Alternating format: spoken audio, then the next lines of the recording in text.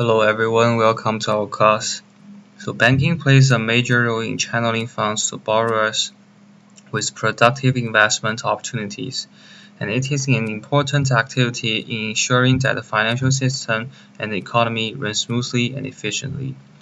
Banks provide loans to business, help us finance our university educations and our purchases of new cars and homes, and provide us with services such as checking and saving accounts, debit cards, and ATMs. So to understand how banking works, we will start by taking a look at the bank balance sheet. Today's agenda. First, we will go through the structure of the bank balance sheet, and then we will go through the components of the balance sheet. A bank balance sheet is a list of the bank's assets and liabilities, and total assets equals to liabilities plus capital. How can we better understand this equation? So on the left side, we have total assets, which are uses to which the funds are put. On the right side, liabilities and capital are the sources of bank funds.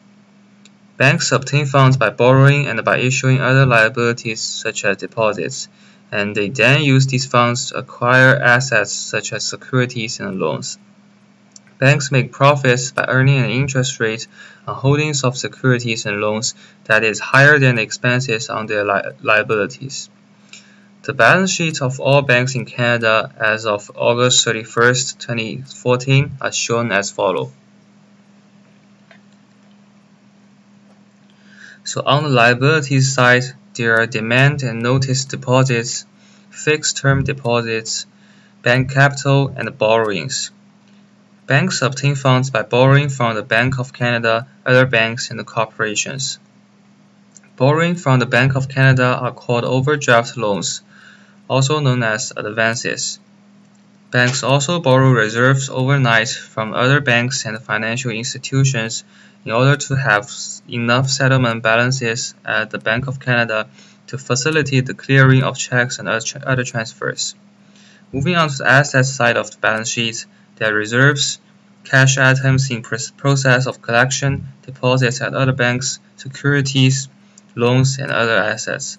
Reserves consist of the settlement balances plus currency that is physically held by banks. Although banks are not required legally to hold reserves in some proportion to their deposits, banks hold some reserves at the end of each banking day, which we call desired reserves. So to sum up, those are basic banking structures and components of the balance sheet. For those who want to learn more on this topic, such as how fixed-term deposits and loans work, they can visit following websites. Thank you, and any questions?